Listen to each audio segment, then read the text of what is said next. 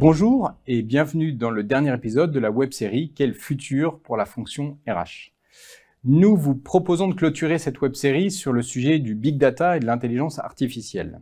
Alors depuis quelques années, l'intelligence artificielle et le Big Data se développent au sein de la fonction RH avec comme objectif de pouvoir fluidifier les interactions, les prises de décision et rendre l'expérience utilisateur plus efficiente. La masse de données à disposition de la RH est absolument considérable et son analyse est critique afin de pouvoir optimiser l'efficacité des équipes dans des domaines tels que la mobilité, le recrutement, le suivi administratif des collaborateurs ou même la paye.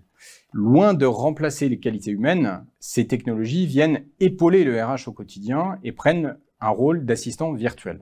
Dans le cadre de notre enquête réalisée auprès de 350 DRH, voici le top 3 des sujets considérés comme prioritaires et pour lesquels l'usage de l'intelligence artificielle et du big data vous semble clé. Pour 33% d'entre vous, l'intelligence artificielle et le big data seront critiques d'une part dans la gestion administrative du personnel et de la paye, suivi administratif, suivi des congés, mobilité, départ, mais également d'autre part dans l'identification de futures évolutions salariales et enfin dans l'identification des besoins en compétences. Pour 25% d'entre vous, le Big Data améliorera considérablement les processus de formation et d'apprentissage, permettant la création de curricula mieux adaptés aux besoins de vos collaborateurs et par ailleurs de vous assurer de la bonne adéquation entre ces parcours et les compétences requises.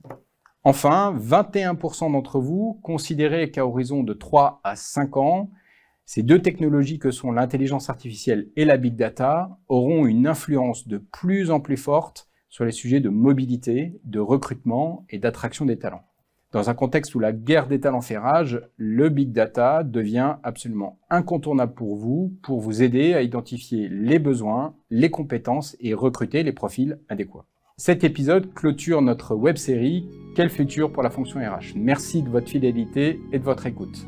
À très bientôt.